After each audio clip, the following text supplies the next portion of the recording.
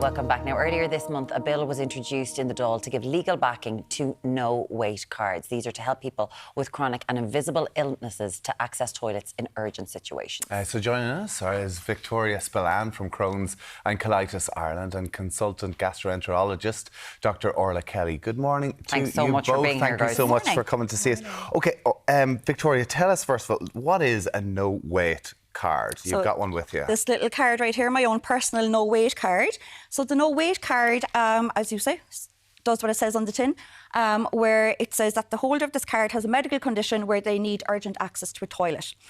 So obviously, I'm from Crohn's Colitis Ireland. I suffer with Crohn's disease myself, an inflammatory bowel disease.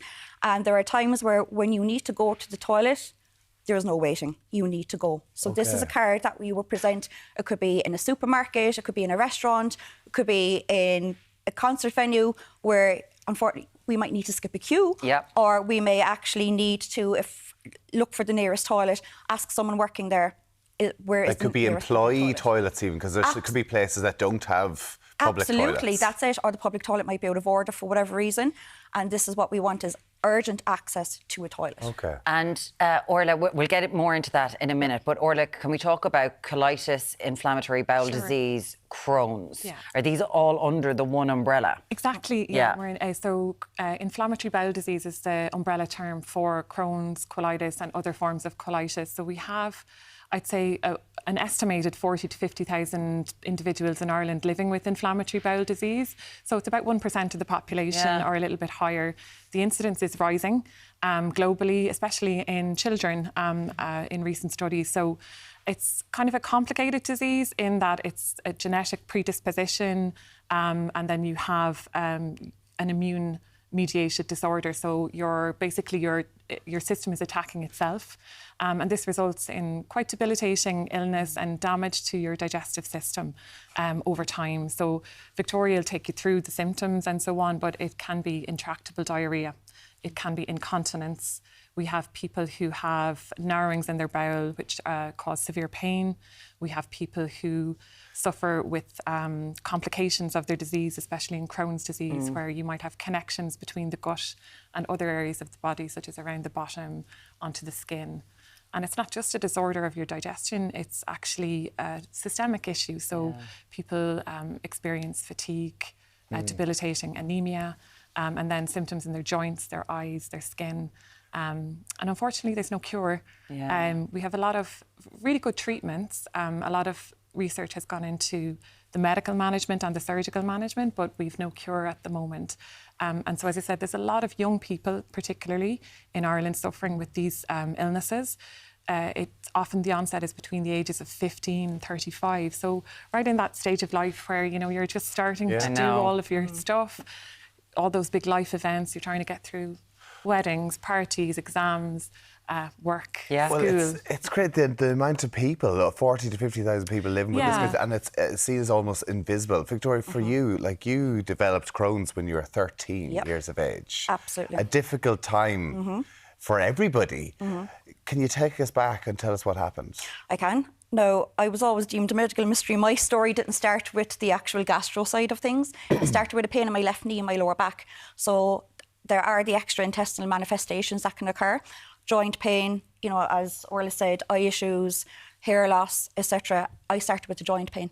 And then swiftly after, everything else came along. The debilitating abdomen cramps, constant diarrhoea 20 plus times a day, blood, stool in the mucus, everything. Fatigue, could barely, I don't even know how we still went to school every day, to be honest. And weight loss, severe weight loss, because I wasn't able to eat. Eye ulcers, eye inflammation, mouth ulcers, hair loss. So I literally went from being a very active teen to all of a sudden being barely able to get up in the morning and go to school. You hear about it being misdiagnosed and this medical mystery so much for these teenagers, and it just seems like such a nightmare. When it's figured out, then it's a relief. Is it a relief? Because this is just something you can manage. Exactly. So basically, like you can never be cured. It's just managing it. No. For me, it was a relief because I went through 12 months of starting out where my GP thought it's a basketball injury with the joint pain I had. And then all of a sudden, swiftly, you know, did I have an eating disorder because I was losing weight? Was I being bullied? And I, in the actual surgery saying, no, there's none of this actually happening. Yeah. There was something wrong with me. And it was Professor Fergus Shanahan in the Cork University Hospital when I was admitted through A&E 12 months later. And I always remember he said, who let this girl get so sick? Oh, wow. He just knew by looking at me. I was to actually have, so where I was impacted was the entirety of my large intestine. I was to have that removed upon diagnosis to get a permanent stoma. But they saved the intestine for another 12 years. Okay. Yeah. But yeah, it's not easy. No. It's tough going.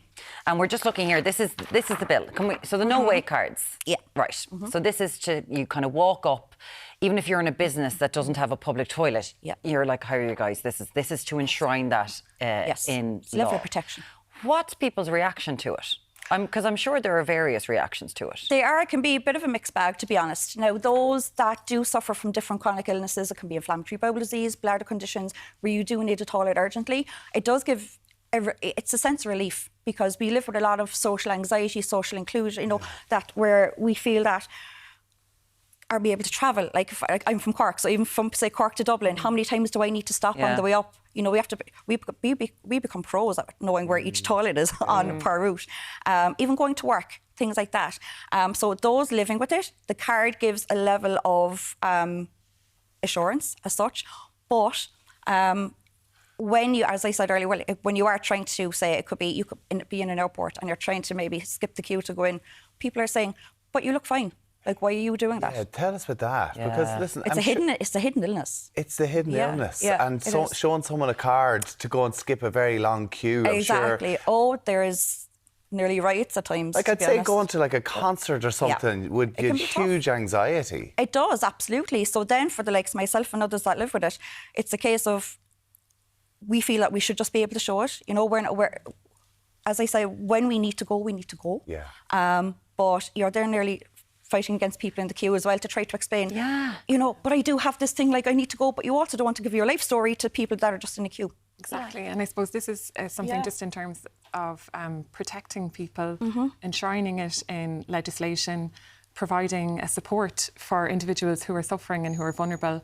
I mean, it's a simple thing, it's a simple step, and there's so many unmet needs in this disease, and this is just one simple step to allow people some dignity and to allow them a social life. Because, it's about awareness as well, because I'm sure there's some places going, I'm not insured to let you behind the counter to go to the toilet. And that's it. But businesses are actually protected under this bill. That's it. So that's the thing, they are. This is what this bill will do. It's Absolutely. It's a very small bill, and we're hoping, no one's against this in the Dáil. But the one thing you said there, Orla, why is it rising? Do we know why it's rising? Well, it's a good question.